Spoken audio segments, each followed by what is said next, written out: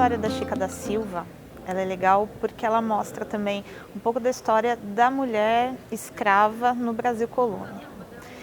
A gente não sabe exatamente em que ano que a Chica nasceu, uns dizem que foi em 1731, outros 32, mas até 35 aceita-se. E por que isso? Porque na época,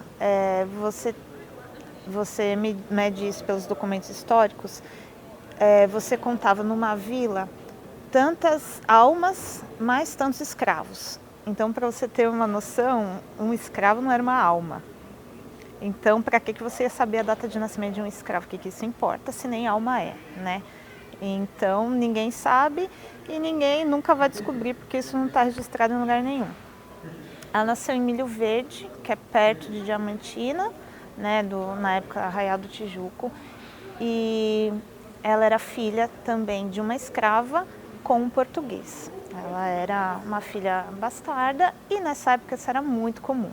E ela teve um filho com, eu não me lembro o nome todo, mas o senhor dela se chamava Sardinha. Ele acabou reconhecendo esse filho teve herança, tudo, mas nunca foi registrado como filho legítimo.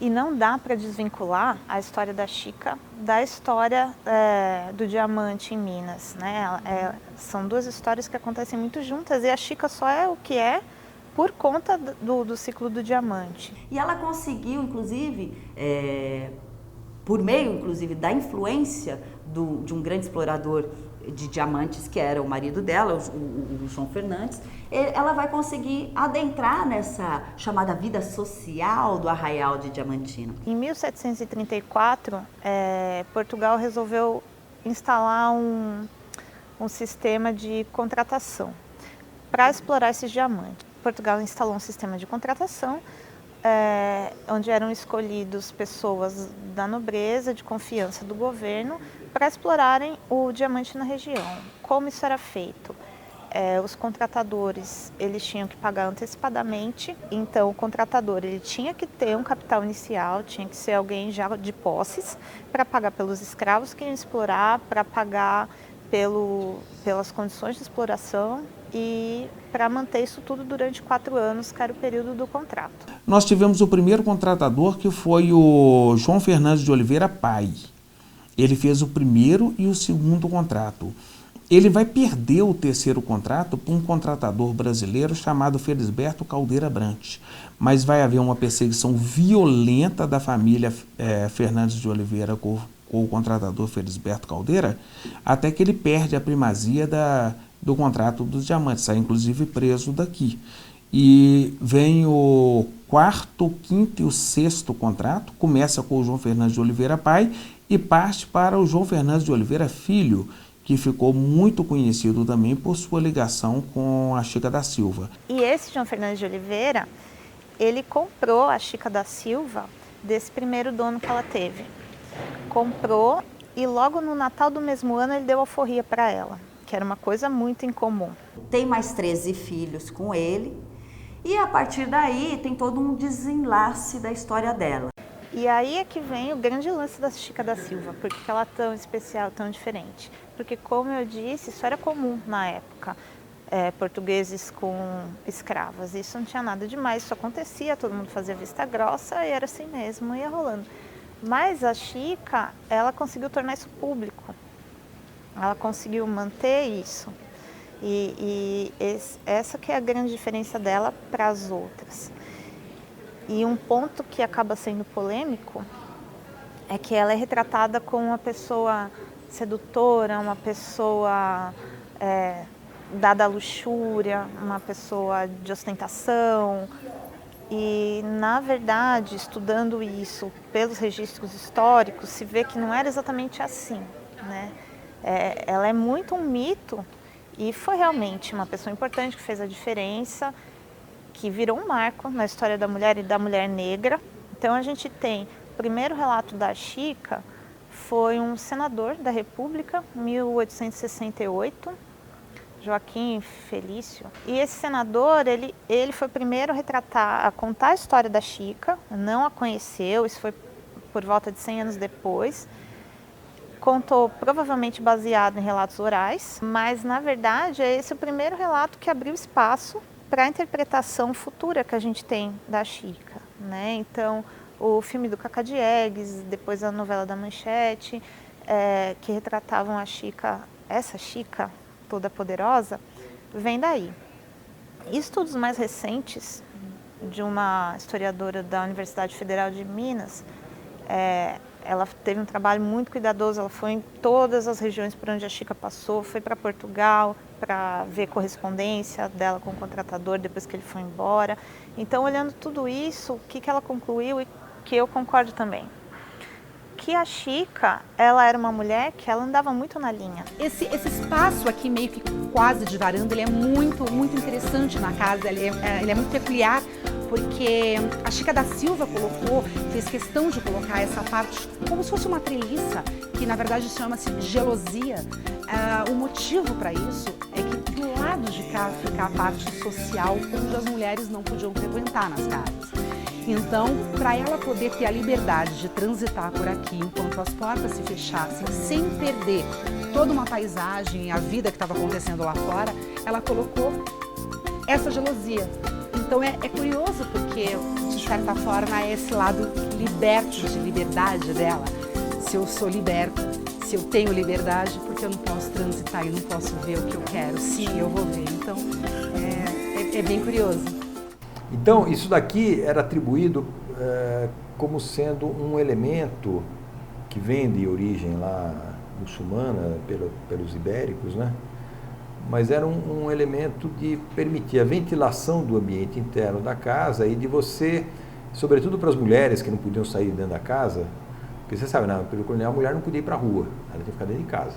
Se ela fosse para a rua, tem que ir com o marido do lado, ou então com a mãe, enfim, se fosse menor. Então elas ficavam contemplando a rua por aqui porque elas podiam olhar tudo e não serem vistas, né? Não tinha como ela não andar na linha, senão ela não seria aceita. O que aconteceu? Ela tornou pública uma situação porque o contratador tinha muito dinheiro e era uma pessoa muito influente. Porém, isso tinha limite.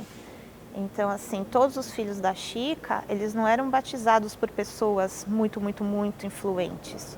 Na época, casamento e batismo era tudo político, eram alianças, juntar as famílias, isso era político. E depende muito da sua influência, o tipo de aliança que você consegue. E todos os padrinhos de filhos do casal eram dali do Arraial, não era ninguém de fora, porque não conseguia. Porque fora dos limites do Arraial, essa história não era nada, e isso era um escândalo como era sempre, né? Tanto que eles nunca se casaram. Eles viveram maritalmente, mas não se casaram oficialmente.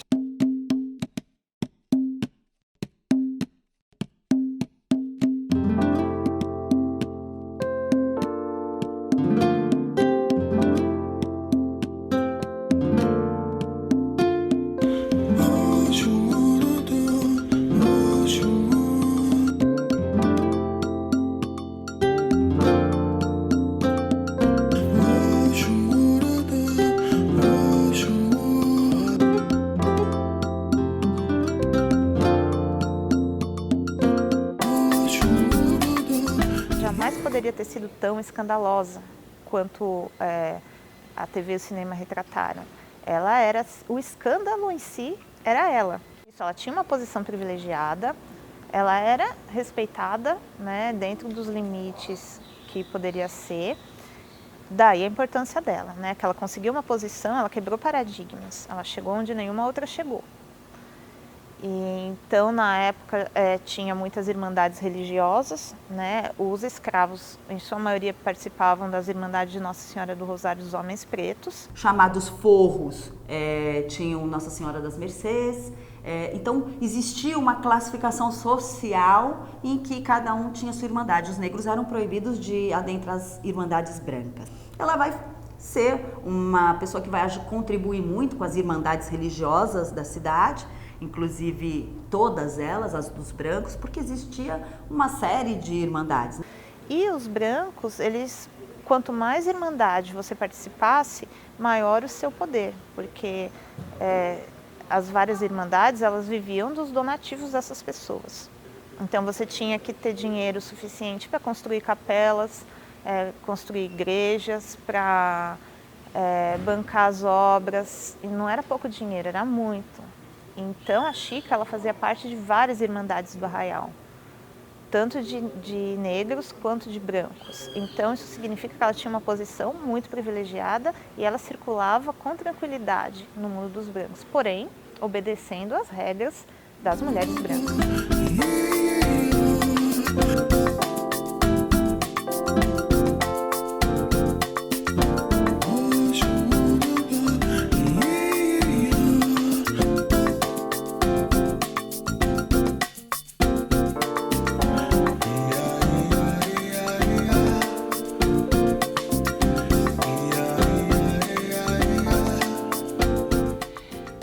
Diamantina é cheio das lendas. Aqui, em qualquer canto que você vá, com quem você conversa, você sempre encontra uma lenda. E claro que a Chica da Silva não ia ficar de fora disso, né? E aí, da varanda da Chica da Silva, a gente consegue enxergar ali a igreja da Nossa Senhora do Carmo.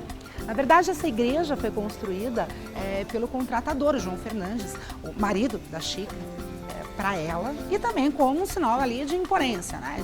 de poder, porque ele construiu bem em frente ao lado, né? Ali ao lado da onde ele trabalhava. Mas o curioso e a lenda é que, se vocês repararem, a igreja, o campanário, né? A parte do sino, ele fica pro lado do fundo. E aí reza a lenda na cidade que as igrejas na época da escravidão, os negros não podiam entrar nas igrejas. Na verdade, eles podiam entrar nas igrejas. O que eles não podiam era passar por baixo do sino. E o sino ficava na frente, então automaticamente eles não podiam frequentar a igreja. Essa é a lenda, porque aí a Chica veio, construiu essa igreja e colocou o campanário para o fundo para todos os negros conseguirem adentrar a igreja. Mas, na verdade, essa ideia do campanário ao fundo vem de toda uma filosofia, uma questão arquitetônica de Portugal, do norte de Portugal. Então, de certa forma, é simplesmente um fator de arquitetura. Mas a história é bem divertida, né? Eu acho bem mais legal a questão das lendas.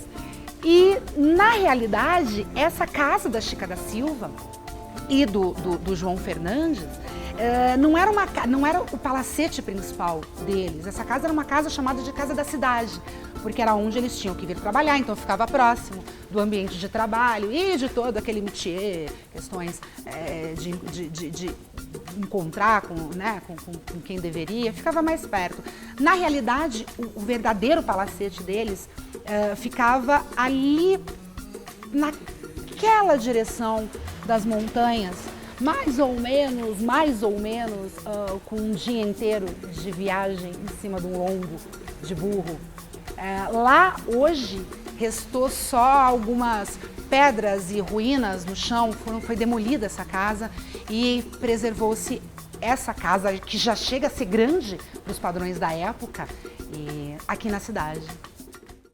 As filhas delas todas estudaram nos melhores colégios que as outras filhas da aristocracia estudaram. 2 filhas dela viraram freira. Então, ela era da elite. Ela tinha escravos, tinha muitos, como qualquer mulher branca teria, né? E isso também é um escândalo para a época. Um negro sendo senhor de outro negro. Isso é o fim dos tempos. Um sem alma sendo senhor do outro sem alma. Como assim, né? Então, a gente não pode olhar para trás com os olhos que a gente tem hoje. Achar que ela era uma portadora da bandeira da sexualidade e da liberdade feminina, que é o que a gente tem no século XX e agora mais forte no XXI, né? Não, ela foi sim um marco para a época dela. Ela foi muito além do que qualquer mulher da situação dela poderia ter ido.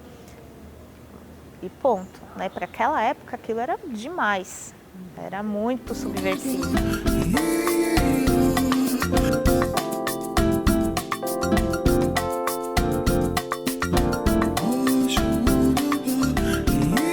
Um retrato era uma coisa de uma pessoa muito, muito célebre. Ela não era célebre, ela ficou depois. A sociedade na época não queria dar esse pano para manga, né? Porque era admitir que uma negra chegou no topo. O retrato era retrato do rei, da família real, dos poderosos que merecessem esse destaque. Então ela viveu com o contratador durante 16 anos. Em 1770 ele voltou para Portugal, porque ele foi resolver questões de herança com a viúva do pai dele.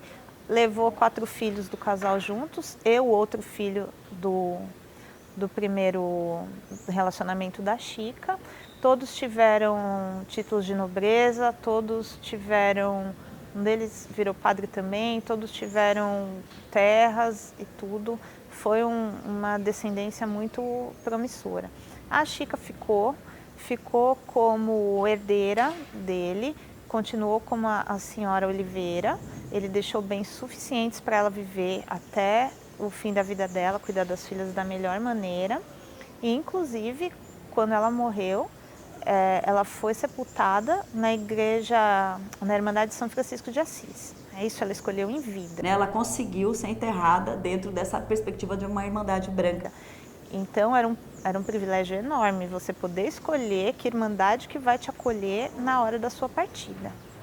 Ela morreu com aproximadamente 60 anos. Fizeram exumação do corpo da Chica. E estima-se que ela tenha morrido de reumatismo, que ela tinha reumatismo ao morrer. Então ela já era uma pessoa, para a época, muito idosa. Pouquíssimas pessoas chegavam a 60 anos. O João Fernandes, ele foi casado antes, né? Não se sabe muito sobre a primeira esposa dele. Sabe-se que quando ele foi para o Tijuco, ele foi sozinho. E lá ele conheceu a Chica e ficou com ela esse período todo até ele deixar o Brasil. E a Chica também só ficou com ele, né? Mesmo porque 13 filhos, tinha muito tempo para ela ficar com outra pessoa. Mas foi uma paixão que rompeu estereótipos sociais. É uma história muito bacana.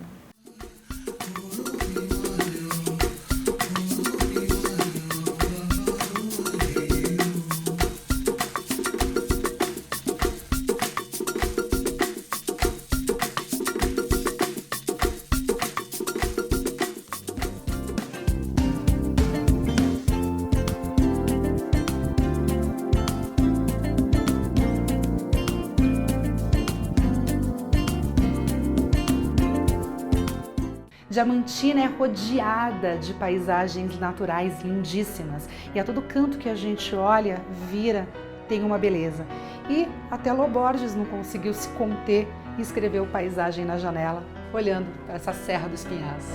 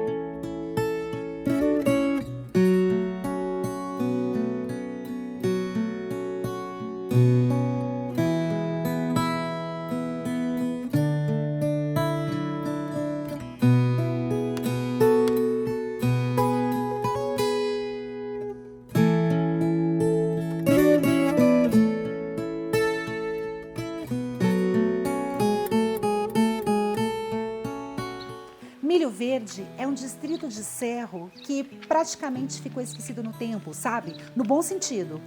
A gente fica rodeado de casinhas muito simples, mas muito charmosas, todas coloridinhas. E a população é muito pequena. Aqui a gente tem cerca de 1.200, pouco mais de 1.200 habitantes. Então dá para escutar um silêncio muito gostoso.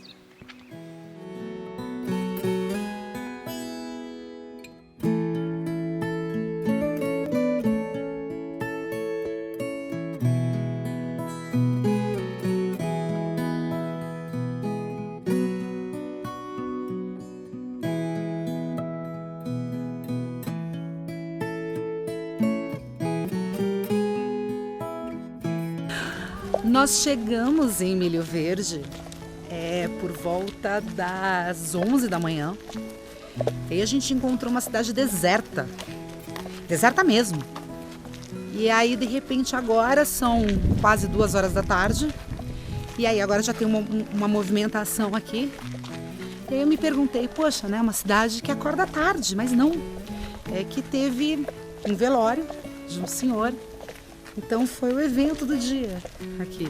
Realmente é uma comunidade muito pequena, que todo mundo se conhece. E é linda, é muito bonitinha, quer ver? Ó? A gente vai dar uma olhadinha. Vou mostrar para vocês agora os cantinhos daqui.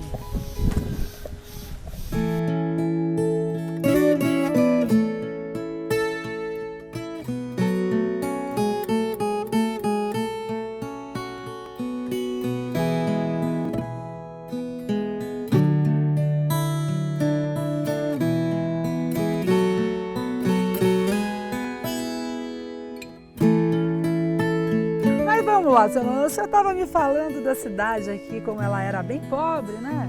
Aqui era triste. Era.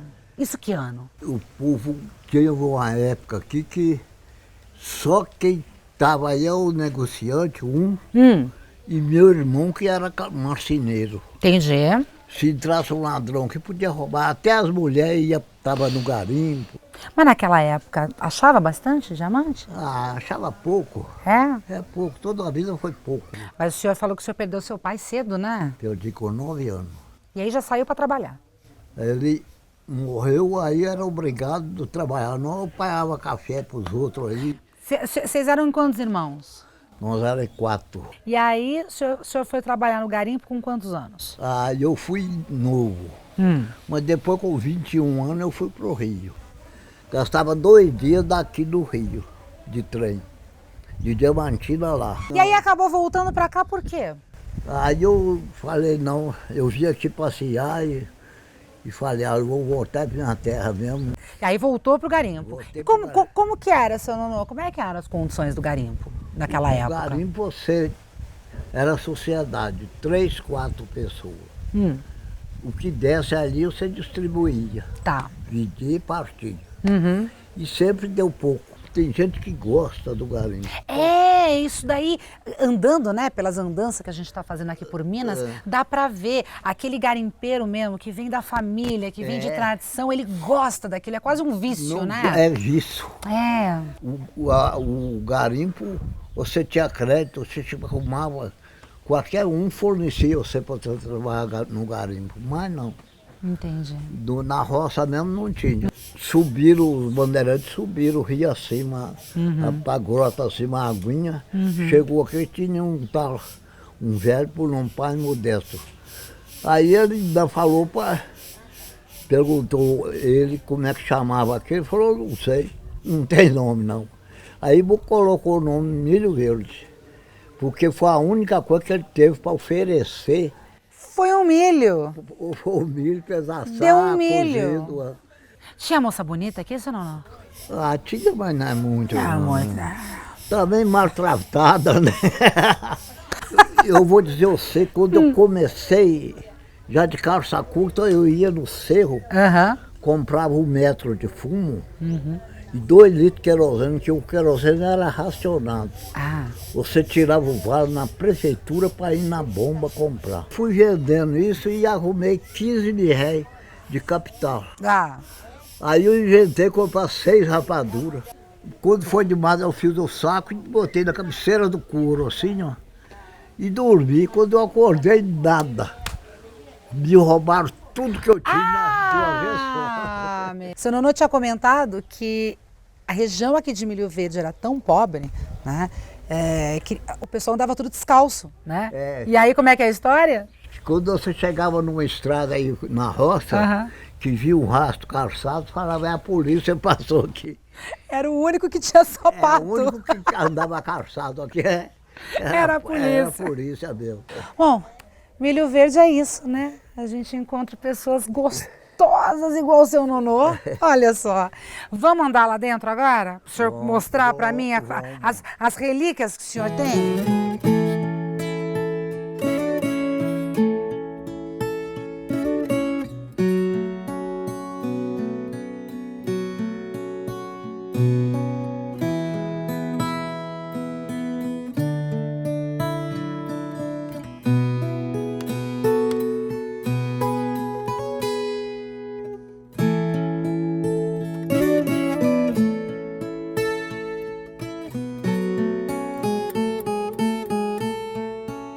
Essa região aqui de Milho Verde foi uma das primeiras que as bandeiras chegaram naquele início da corrida do diamante. E era uma região sem nada, né? Era tudo mato, sem muita referência. Então a única referência que os bandeirantes tinham para saber para onde eles tinham que seguir era o Pico do Itambé. Ele fica naquela direção. Hoje a gente está com muitas nuvens, né? Então a gente consegue ver um monte antes do Itambé, mas já me falaram aqui na região que ele é bem alto. Então, realmente, os bandeirantes se guiavam por ele.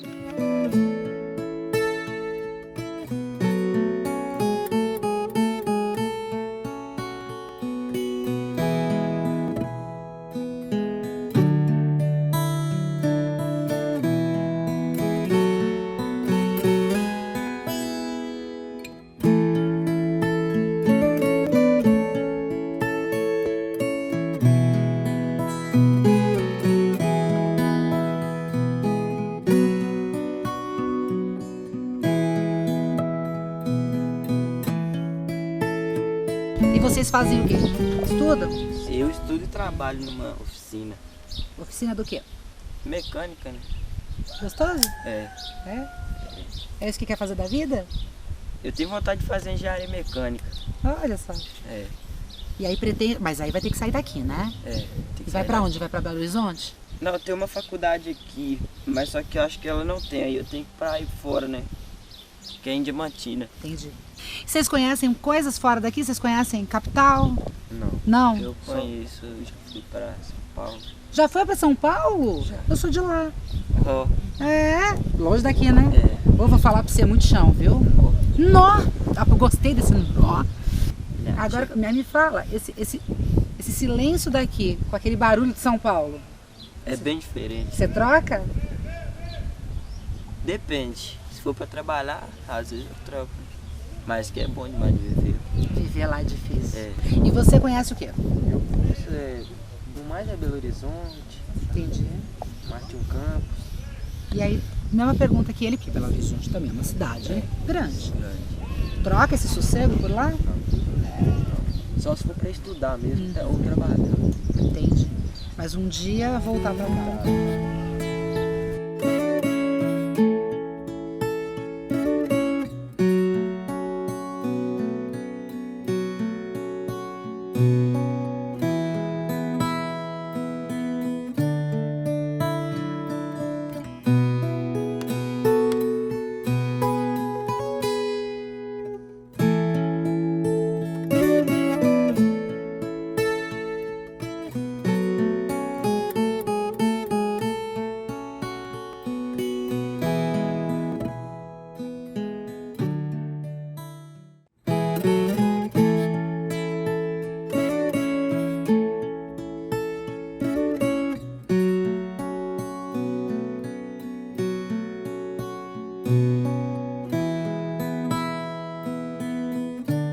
Diferente de Milho Verde, aqui em São Gonçalo do Rio das Pedras, surgiu um núcleo urbano, porque na época da mineração, uma mineradora inglesa veio para a região aqui, se instalou na cidade, então as pessoas passaram a morar aqui, diferente de Milho Verde, porque lá era uma região de fisco. Em Milho Verde tinha uma fiscalização muito forte, era um local de prisão, ninguém queria morar perto disso. As pessoas trabalhavam na época com garimpo, né? E aqui nessa região de São Gonçalo também tem uma coisa muito interessante, porque o tropeirismo é muito forte. E esse daqui é o último rancho deles, daquele período. E a partir de agora a gente vai começar a falar sobre esses caras, né? Os tropeiros, que são fundamentais para o abastecimento das cidades, para o funcionamento das cidades e para a criação dessa nova sociedade do período colonial de exploração de ouro e de diamante.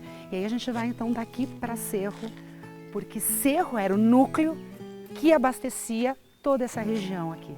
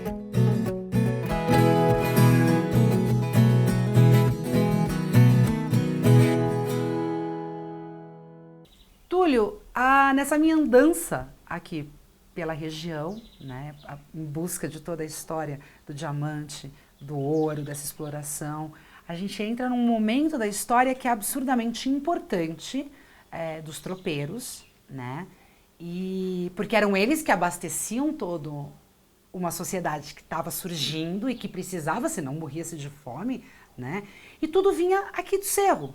Né? Cerro era essa fonte de plantação, era isso? Sim. Cerro é uma das 5 comarcas, né, do estado, chamava Comarca de Cerro Frio.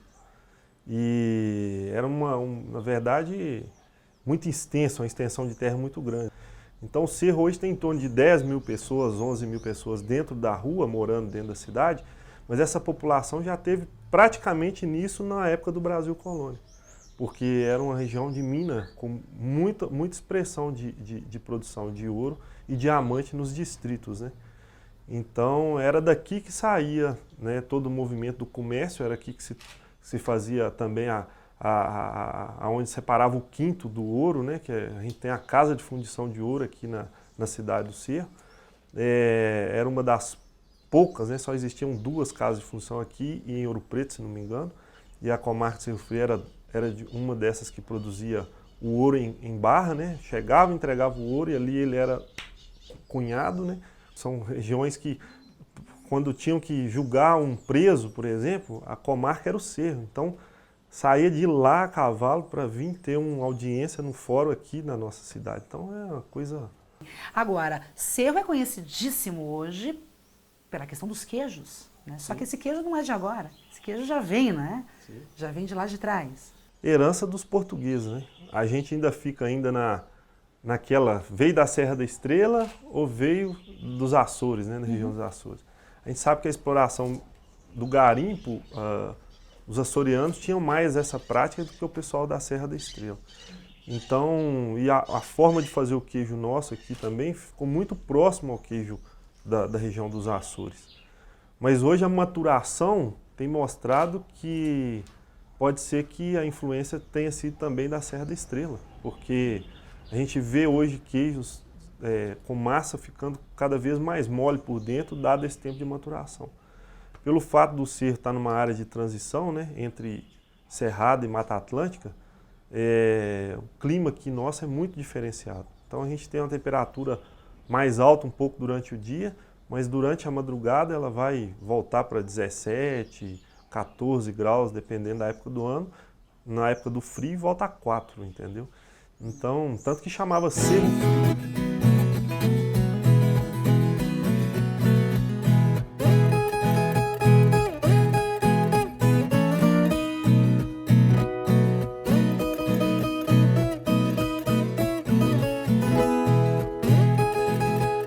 Processo nosso de produção de queijo, né, vai aí, o cerro é de 1702, né, então uns 315 anos, né, e a gente sabe que o queijo estava presente desde o início da exploração aqui, porque era a base da alimentação, né? Você tinha vaca, a sobra do leite, a primeira coisa a ser feita com a sobra do leite era o queijo, né? Como diz um historiador, fala que a forma de se tornar o leite imortal é fazendo queijo, né? Então, a partir da hora que você fez o queijo, ele vai ficar aí por muitos anos, não tem data de validade, vamos dizer assim. Dentro dessa tradição, o Túlio me falou que tem uma curiosidade bem interessante. Tem um documento, né, histórico do Conde de Valadares, que era atual governador da comarca, né? Para que fosse feita a fura dos queijos, né, a punhal, para detectar se ele estava contrabandeando ouro e diamante dentro dos queijos. Então, isso se deu aí para o lado de Milho Verde, São Gonçalo, que era a região onde é que passava a tropa, e lá furava os queijos justamente para detectar se estava sendo contrabandeado ouro e diamante. E estava? Bom, esse relato de se foi pego algum, mas provavelmente. A gente sabe que essa extensão do queijo, onde ele chegou, o queijo do Cerro, a fama chegou, né, que foi esbarrar no Rio de Janeiro, principalmente com a questão da tropa, né, dos tropeiros. E talvez ele não tenha ido para lá, a gente acredita, não tenha ido para lá especificamente para alimentação. Talvez ele tenha chegado lá justamente porque ele carregava algo muito mais valioso dentro.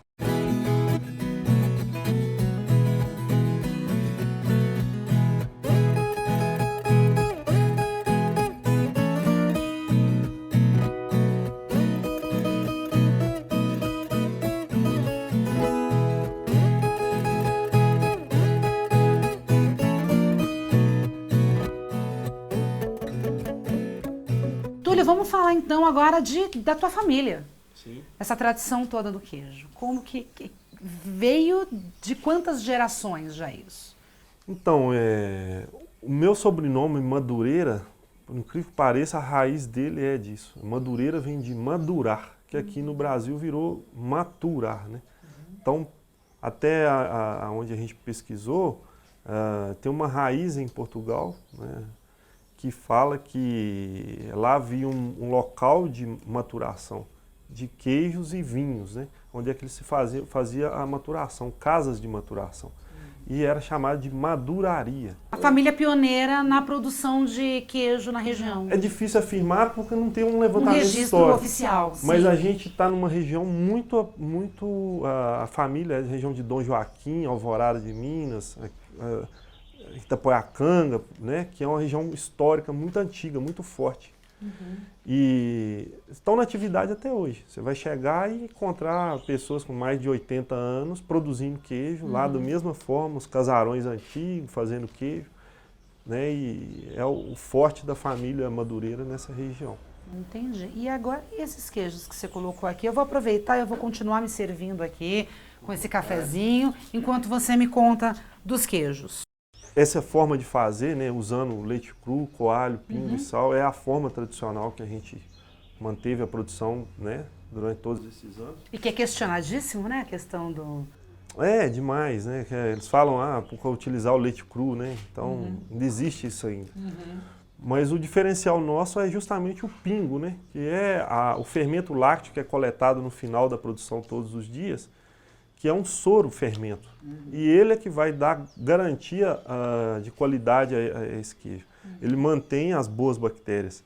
E pelo fato dele elevar o ácido lático, ele vai fazer com que as bactérias que sejam ruins, as patogênicas, né, não resistam, né? Elas não resistem sobreviver dentro do queijo. Mas o que diferenciou o do Cerro para ser elevado a tantos prêmios? O Cerro talvez seja a única região isolada dentre as outras. Nós temos 7 regiões produtoras hoje dentro do estado, reconhecidas. Tá? Eu hoje, inclusive, estou como presidente da Comissão Estadual do Queijo Minas Artesanal.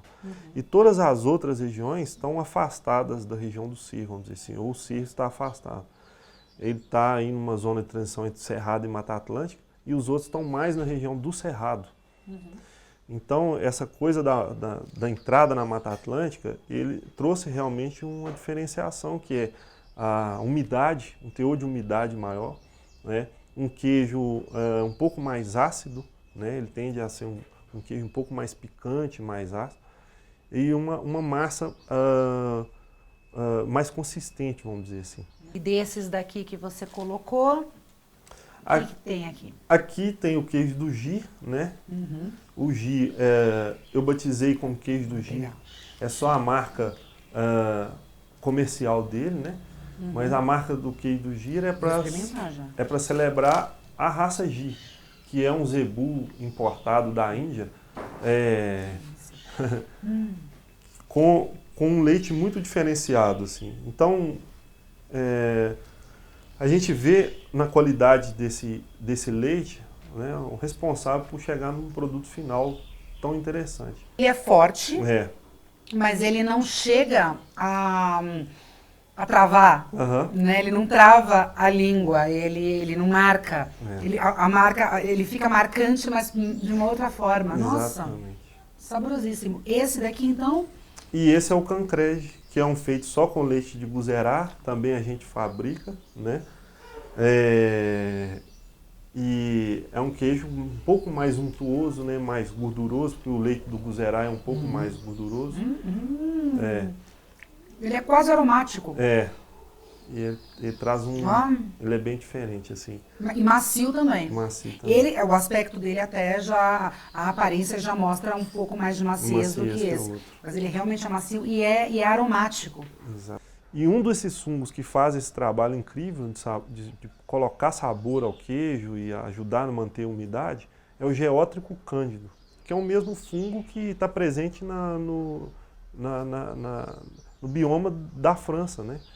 Ele é usado como queijo, como o camembert, por exemplo, passa pelo Geótrico cândido no processo de fabricação. Qual queijo de vocês teve a premiação? Os dois. Os dois tiveram? O Gi foi medalha de bronze, né, lá na França, e o Cancrege foi medalha de prata. Foi bem recebido essa informação na França, de que foi encontrado aqui algo muito parecido com o que eles fazem lá? A gente ainda não soube da repercussão, assim, né? Eu acredito que eles sabem. Porque é um domínio, né, de mercado. De certa forma, o artesanal, ele não compete. Ele não compete, é muito diferente. Então, assim, a riqueza do artesanal é justamente essa. E a partir de agora, o pessoal vai conseguir encontrar direto com você esses queijos, né? Pois é. E a gente está... O projeto, um dos projetos é abrir a loja. Gente, eu adorei esse nome. Prestem atenção. É Trenroy. Por que Trenroy? Trenroy é uma expressão que eu inventei, de certa forma, né? Falando da mineirice nossa, a forma do terroir francês, né? Porque na França, quando se trata de um produto local, eles usam o termo terroir, que é torrão de terra, que é daquele lugar, né? E o de Minas não podia ser terroir, tem que ser Trenroy. Trenroy, né? Maravilha, Túlio. Obrigada. Eu que agradeço. E agora vamos comer queijo? É importante. Vamos comer queijo, gente. Vamos comer queijo.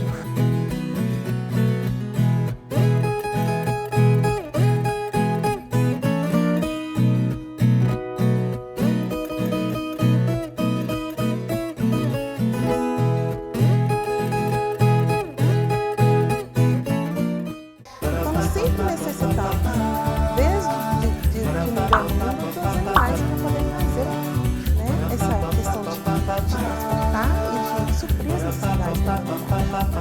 Isso é proteína.